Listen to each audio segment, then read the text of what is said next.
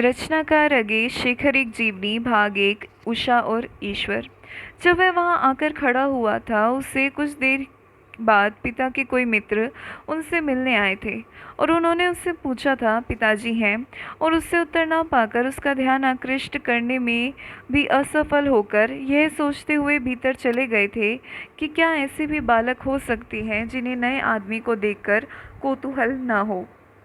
इस बात को घंटे भर से अधिक हो चुका था और बालक वहीं उसी मुद्रा में खड़ा था और अपने छोटे से अनुभव की बात को लेकर सोच रहा था। तभी वे मित्र बाहर आए और उसे वैसा खड़े देखकर भीतर लौट गए। उसके पिता को साथ लेकर आए और उसे मालूम नहीं हुआ कि वे कई मिनट तक उसे देखते रहे हैं, इस विस्मय से भरे कि जो शरीर चांचल्य के लिए बना है वह इतना स्थिर कैसे खड़ा है, और जो बालक सामान्य बालकों से भी अधिक दूनिवार है वह इतना प्रशांत कैसे। एकाएक वह पिता का प्रश्न सुनकर चौंक उठा। शेखर, क्या सोच रहे हो? और कुछ सक पकाकर वह बोला, कुछ नहीं। किंतु पिता को शायद उसकी निश्चलता देखकर कुछ परिताप हुआ था या दया आई थी। वे क्रुद्ध नहीं हुए, आग्रह से पूछने लगे जिसे वह नहीं टाल सका। वह एक इतनी नई चीज थी। बोला, मैं सोच रहा था कि बुरे के बगैर अच्छा नहीं होता। वे एकाएक समझे नहीं, बोले, क्या मतलब? लोग बुरे को देखते हैं तभी उन्हें पता लगता है कि क्या अच्छा है, बुरा नहीं हो तो क्या पता लगे कि अच्छा क्या है। वे दोनों क्षण भर स्तब्ध रह गए, एक दूसरे की ओर देखते रहे। फिर पिता ने शायद यह सोचकर कि छोटे मस्तिष्क के लिए बड़ी समस्या का आकर्षण अच्छा नहीं हो सकता, उससे कहा, चलो अंदर चलकर खेलो कूदो, बड़े होकर ये बातें सोचना। यद्यपि डांट कर नहीं, किंचित सराहना के स्वर में। पर बालक सोचने लगा, अगर बड़ा होने पर ही सोचना होता है तो मैं आज ही सोचकर बड़ा क्यों न हो जाऊं। इसके बाद उसके पिता उसके विषय में चौकन्ने रहने लगे। जब भी उसे अकेला या विचारशील पाते तो उसे खेल में लगाने या और किसी बात की ओर आकृष्ट करने लगते। उसने अब देखा उसे एकांत बहुत कम मिलता है। यद्यपि वह यह भी समझता रहा है कि वह है अभी भी अकेला ही, बल्कि इस अनभ्यस्त सजगता ने उस अकेलेपन को और भी विशिष्ट कर दिया। इसके 2-4 दिन बाद ऐसी ही घटना फिर घटी। वह फिर वैसे ही वहीं खड़ा था, सामने के मकानों की ओर देखकर एक और समस्या पर विचार कर रहा था जो उसी दिन प्रातःकाल उठी थी जब उसे प्रार्थना करना सिखाया गया था। वह उन मकानों को देखकर सोच रहा था, ये सब ईश्वर ने क्यों बनाए होंगे, कैसे बनाए होंगे। तभी उसके पिता ने आकर पूछा, फिर क्या सोच रहे हो? उनके पीछे माता भी थी, वे भी उत्तर की प्रतीक्षा करने लगी। उसने गंभीर स्वर में कहा, ये सब मकान किसने बनाए? माता हंसी बोली, लोगों ने, और किसने? उन्होंने शायद सोचा यह बालक खपती है पर इसको बहलाए रखना ठीक है, तब ईश्वर ने तो नहीं बनाए। बालक ने कहा तो प्रश्न के तौर पर, किंतु इसमें एक अविकल्पता थी, मानो वह किसी पहले पूछे जा चुके प्रश्न का उत्तर है। माता पिता ने संभ्रांत दृष्टि से एक दूसरे की ओर देखा। बालक ने वह दृष्टि भी देखी। तब पिता बोले, आओ मैं समझाऊं, ईश्वर ने ही बनाए हैं। बालक उनका अनुसरण करता हुआ भी यह सोच रहा है कि अगर इस प्रश्न का हल इतना सुगम और निश्चित है तब उस संभ्रांत दृष्टि का कारण क्या है, वह क्यों। उसका मनोरंजन करने के लिए, उसे व्यस्त रखने के लिए पक्षी खरीदे गए, एक जोड़ा मरालों का, एक चकोरों का, एक तोता, और इन पक्षियों का चार्ज उनमें बांट दिया गया। मराल बड़े भाई को, चकोर दूसरे को, और तोता उसके हिस्से आया। वह बड़े मनोयोग से तोते को सिखाने लगा। उसे आदेश मिला था तोते को सीताराम कहना सिखाए, और उसके माता पिता कभी तोते के पास आते कहते, पढ़ सीताराम कहना सिखाए, और उसके माता पिता कभी तोते के पास आते कहते, पढ़ सीताराम, और वह भी उनके सामने यही कहता। किंतु जब भी एकांत पाता तोते के सामने खड़े होकर हंसता, बार बार रुक रुक कर, एक कृत्रिम हंसी, इस इच्छा से कि तोता भी हंसना सीख जाए। पर तोते ने न सीताराम पढ़ना ही सीखा न हंसी। एक दिन उसके पिता ने तोते को पिंजरे से बाहर निकाला और उसे हाथ में लेकर मिर्च खिलाने लगे। बालक ने पूछा, क्यों? तो बताया कि जब तोते को मिर्च लगती है तब बोलता है। बालक ने कहा, लाइए मैं खिलाऊं। पिता ने तोता उसे दिया। तोते ने उसके हाथ से भी मिर्च नहीं खाई, इधर उधर घूमकर उसके हाथ से अपने पंख निकाल लेने की चेष्टा करने लगा। बालक धैर्य खोकर मिर्च उसकी चोंच में जबरदस्ती ठूसने का यत्न करने लगा। तोते ने उसकी उंगली में काट लिया और उंगली छोड़ी नहीं। बालक ने तोते को छोड़कर हाथ को जोर से झटककर उंगली छुड़ा ली। बालक अपनी आहत उंगली देखता रहा। तोता उड़कर घर के सामने एक पीपल के वृक्ष पर जा बैठा। जब बालक को तोते का ध्यान आया तब उसकी आंखें उसे खोजने लगी और थोड़ी देर में उसने उसे पा लिया और मुग्ध होकर उसकी ओर देखने लगा। बालक का तोते के प्रति क्रोध हट चुका था। वह उसकी ओर हाथ बढ़ाकर उसे बुलाने लगा, मियाँ मिट्ठू। तोते ने ध्यान नहीं दिया। बालक ने देखा तोता धीरे धीरे डरते डरते पीपल की एक डाल से उड़कर दूसरे पर बैठ गया। दूसरे से तीसरी पर ऐसा जान पड़ता था मानो पंख डर कर इसीलिए फड़फड़ाता है कि कहीं पिंजरे की परिधि से टकराए ना, आहत ना हो। और जब इसीलिए फड़फड़ाता है कि कहीं पिंजरे की परिधि से टकराए ना, आहत ना हो, और जब उसने देखा कि वे हिल डुल कर भी पिंजरे से नहीं टकराते, तो वह पेड़ पर से उड़कर एक बिजली के खंभे पर बैठ गया जो घर से अधिक दूर था, और फिर यहाँ से दूसरे खंभे पर। बालक को जान पड़ा वह अपने को विश्वास दिला रहा है कि अब पिंजरे के सींगचों से घिरा नहीं हूँ, बाहर हूँ, स्वच्छंद हूँ। और फिर वह एकाएक आह्लाद और अभिमान से भरकर उड़ा और उड़ गई दृष्टि की सीमा से परे। बालक ने एक लंबी सांस लेकर गंभीर स्वर से पिता से कहा, तोता उड़ गया। पिता ने उस स्वर की गंभीरता को लक्ष्य करते हुए कहा, तो क्या हुआ, तुम्हें और ले देंगे? पर वह बोला, नहीं, और तोता नहीं पालूंगा।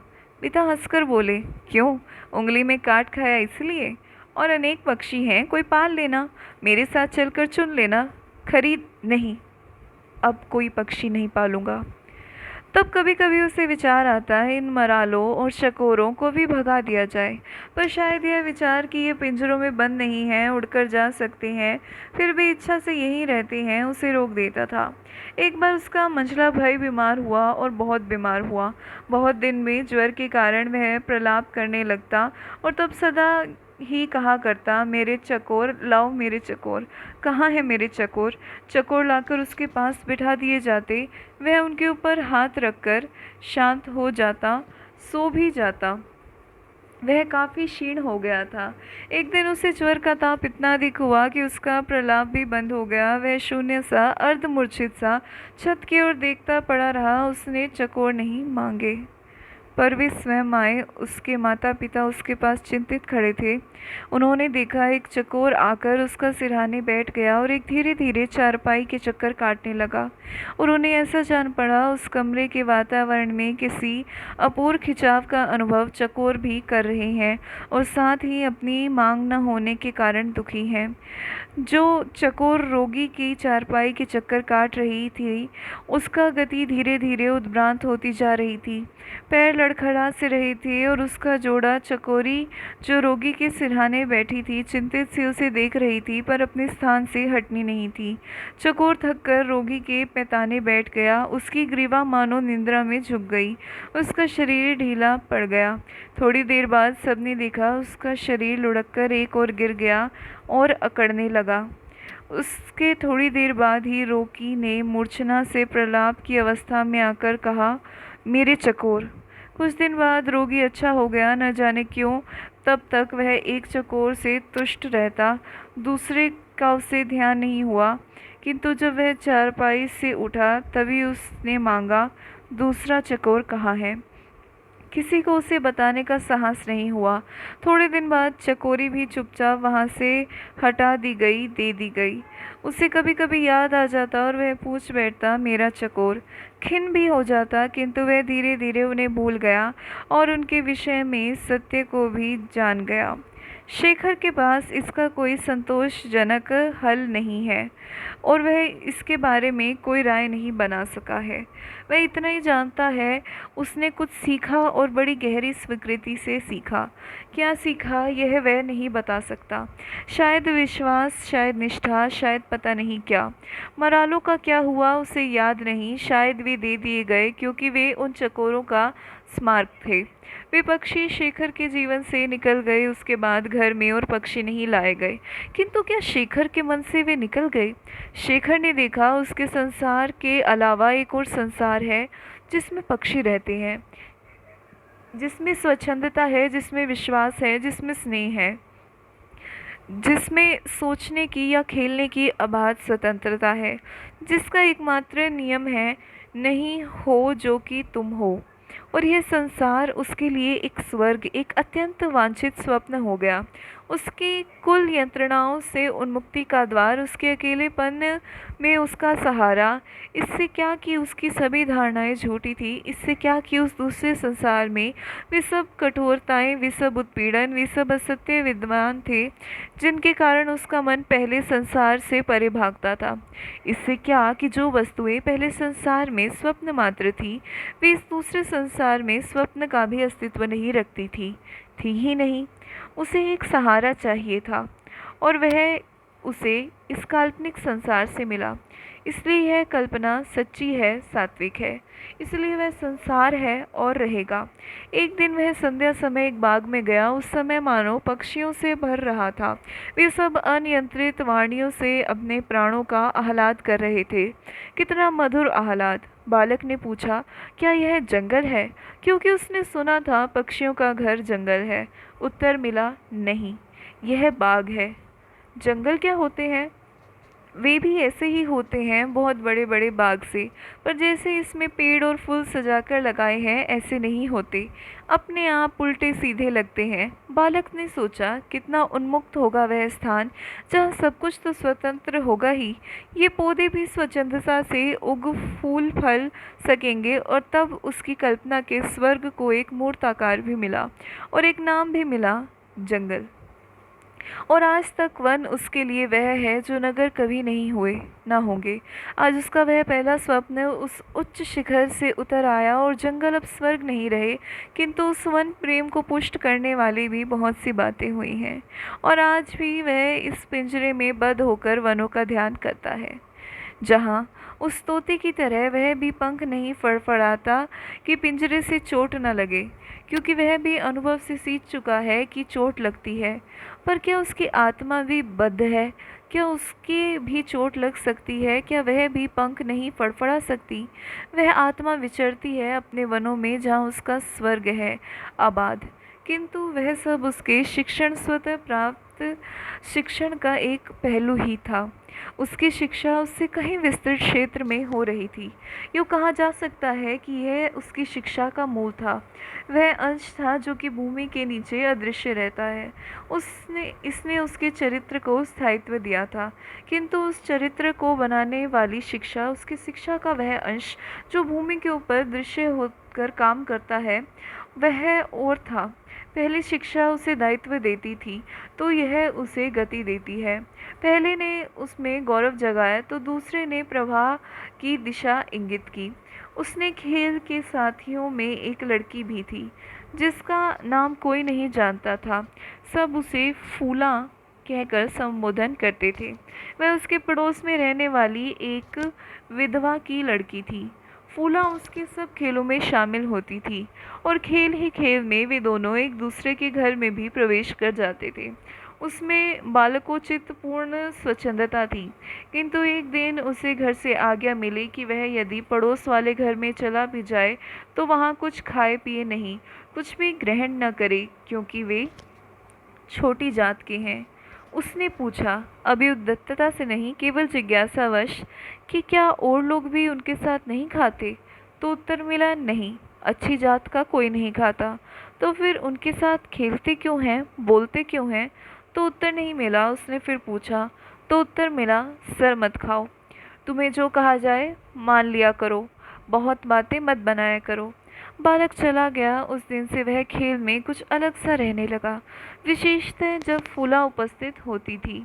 इसलिए नहीं कि वह विशेष आज्ञाकारी हो गया था, केवल इसलिए कि वह चाहता था पहले कोई हल कर लिया जाए, किसी निश्चय पर पहुंचा जाए और कि इसी के लिए वह खेल में भी, और विशेषतः खेल में, क्योंकि उसी समय यह समस्या साकार होकर उसके आगे आती थी, सोचता रहता था। इस समस्या का हल 4-5 हजार वर्ष में भी नहीं हो पाया है, किंतु बालक के आत्मविश्वास के आगे 4-5 हजार वर्ष क्या चीज़ है। वह काल की गति पहचानता ही नहीं, उसके लिए केवल दो अवस्थाएं हैं, प्रकाश और अंधकार, जागृति और निद्रा। इसीलिए उसके वास्ते काल की गति का अस्तित्व ही नहीं है, उसके लिए केवल प्रकाश और अंधकार का संघर्ष। उन दिनों तक वे घर के भीतर सोते थे, किंतु तब से उन्होंने कोठे पर सोना आरंभ कर दिया, क्योंकि गर्मी आ गई थी। उनके कोठे के साथ ही सटा हुआ उस विधवा के घर का कोठा था, और बीच की दीवार भी अधिक ऊंची नहीं थी, अतः उसकी ओर की बातें दूसरी ओर सुन पड़ती थी। बालक जब सोने आता तब कभी कभी फूला का खिलखिलाकर हंसना उस तक पहुंचता, और वह समस्या उसके आगे फिर आ जाती। कभी जब वह सुनता फूला की माँ उसे पुकार कर कहती, फूला आ रोटी खा ले, तब उसे ऐसा जान पड़ता कि वे अत्यंत दुखी होकर खाने बैठे हैं, क्योंकि कोई उनके साथ खाने को तैयार नहीं होगा। उसे लगता वे मानो छिपकर चोरी से खा रहे हैं, क्योंकि वे किसी के सामने बैठकर खाने के हकदार नहीं हैं। वह सोचता ये खाना खा कैसे सकती होंगी। वह अक्सर सुनता खाना खाने के बाद माँ बेटी हंसती खेलती थी, और खेल में एक अंश यह भी था कि कभी कभी माँ बेटी से पूछती, फूला हम लोग कौन हैं, और उसके हंसने पर या पता नहीं कहने पर उसे समझाती, तू कह हम हैं। बालक ने एक दिन माँ से पूछा था, क्या होता है, तो माँ ने उसे बताया था कि एक छोटी जात का नाम है, और फिर अंगूठे से साथ वाले घर की ओर इशारा करके कहा, ये लोग हैं ना। और उस दिन से बालक सोचा करता, यदि छोटी जात है तो वे इसे छिपाते क्यों नहीं। क्या कारण है कि माँ अपनी बेटी को बार बार याद दिलाती है, और माँ के स्वर में अभिमान भी होता है। बालक के मन में यह प्रश्न ही रहा।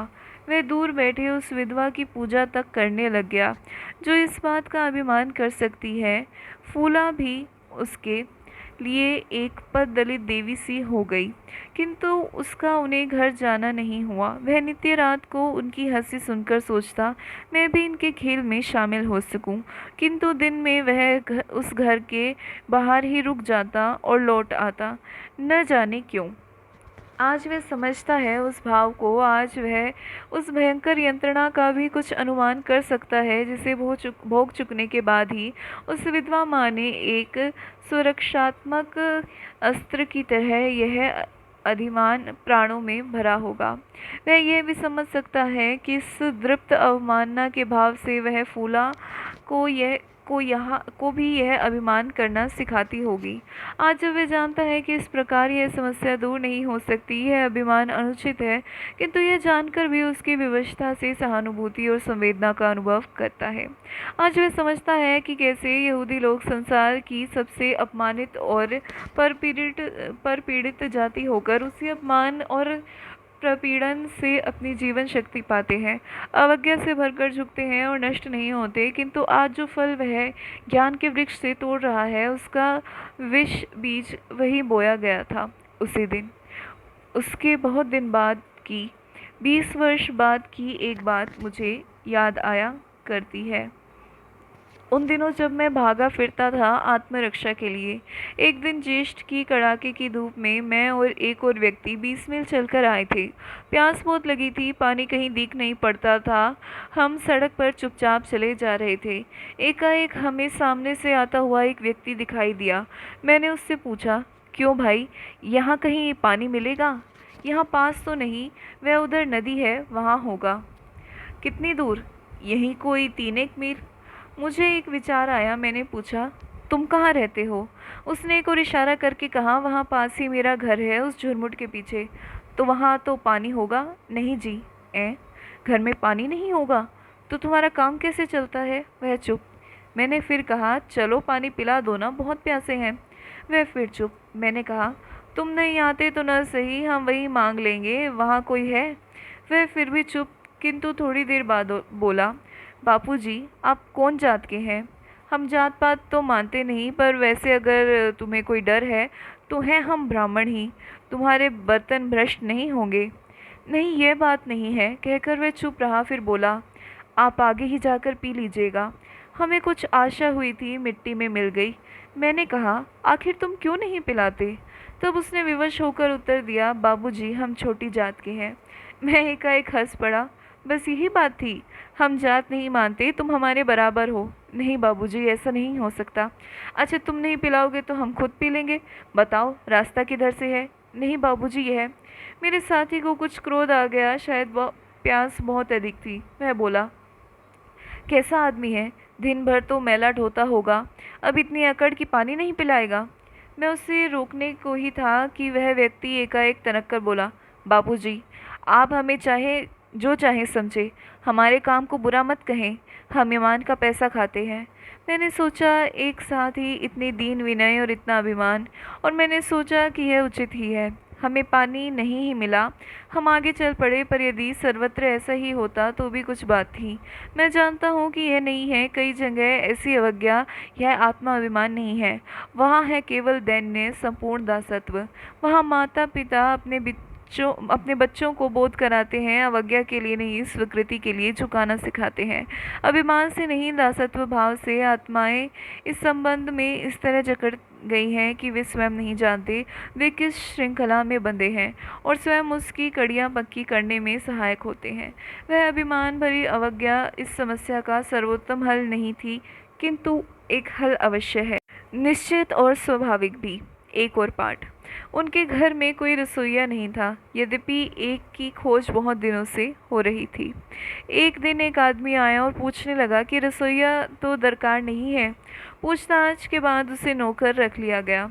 शेखर और उसके भाई रसोई घर में नया विधान देखने गए। देखा तो चूल्हा चौका सब धोया गया है, और महाराज ने चूल्हे के पास बैठकर अपने हाथ भर दूर चूने से एक लकीर खींच दी। इस लकीर के भीतर जो बर्तन भी जाता पुनः धुलकर, और महाराज जब उसके बाहर आते तब भीतर जाते पुनः धुलकर, और महाराज जब उससे बाहर आते तब भी भीतर जाते पुनः पैर धोते हैं, और एक पैर से उछलकर भीतर जाते हैं ताकि बाहर की छूत भीतर न लग जाए।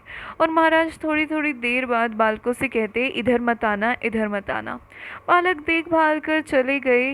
बाहर जाकर उन्होंने एक लकीर खींची, और जैसे महाराज को करते देखा था वैसे ही एक पैर पर उछलकर उसे पार करने लगे और हंसने लगे। खैर, जब भोजन का समय हुआ तब एक मुश्किल पेश हुई।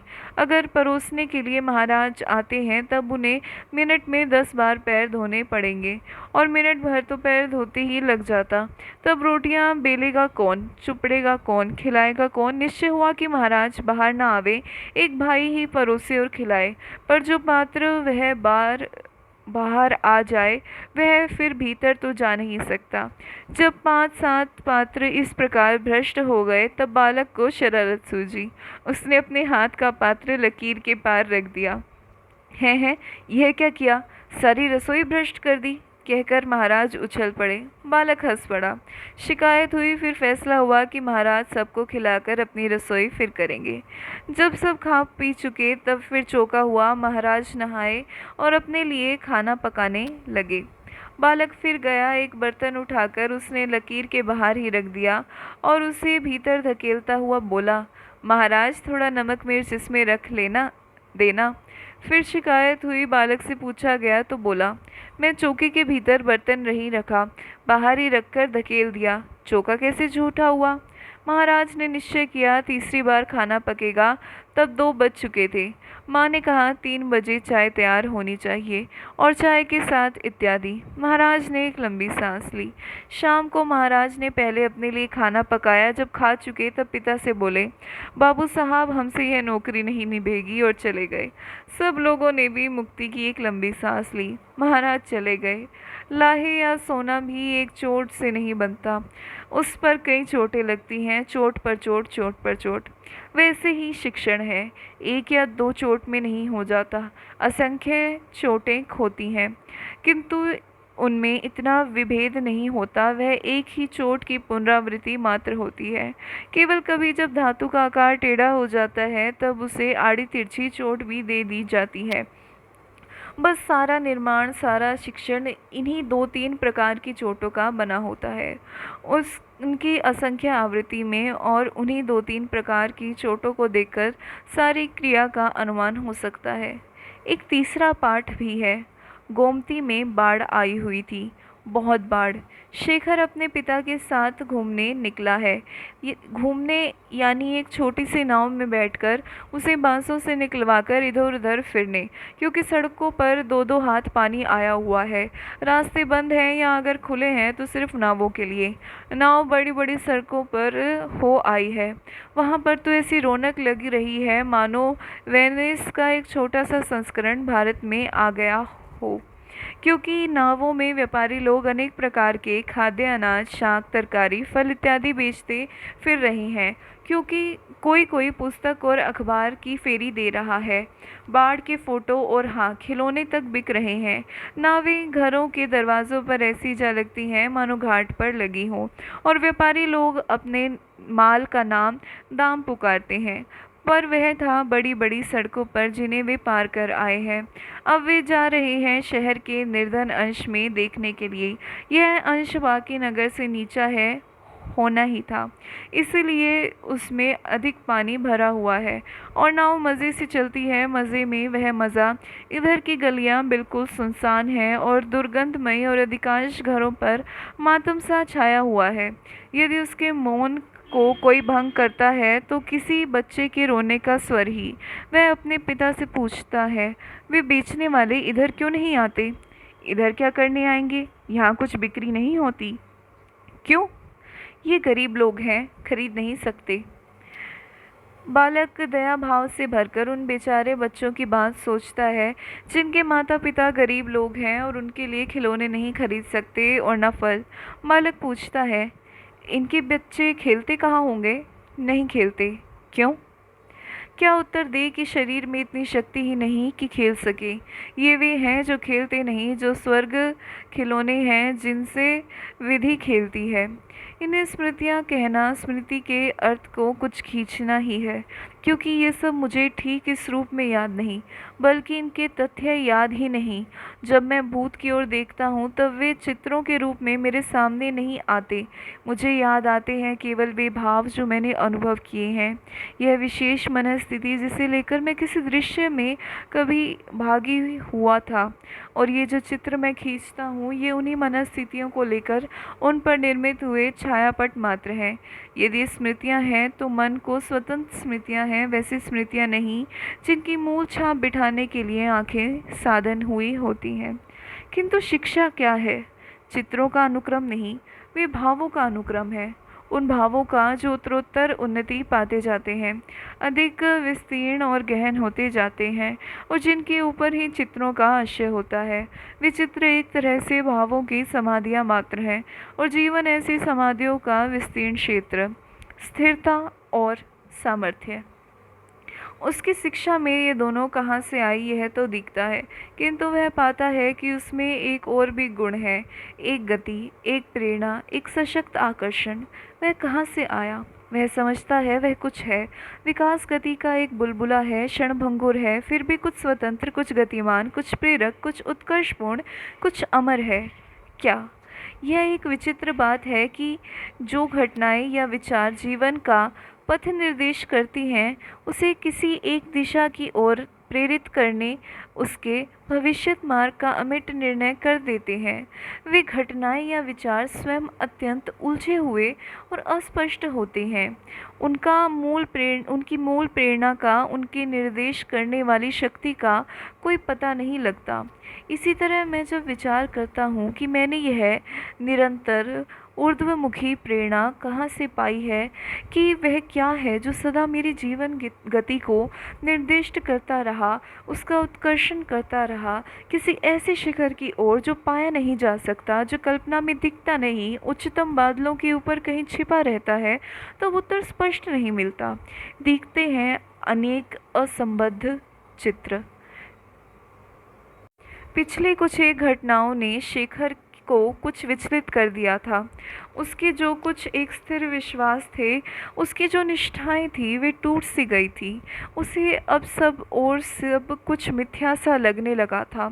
वह अपने को किसी वस्तु में इस डर से आसक्त नहीं कर पाता था कि यह भी झूठ न निकले, हाथ से फिसल जाए, और इसी कारण वह कुछ अलग रहने लगा था, अलग ही घूमने जाता था।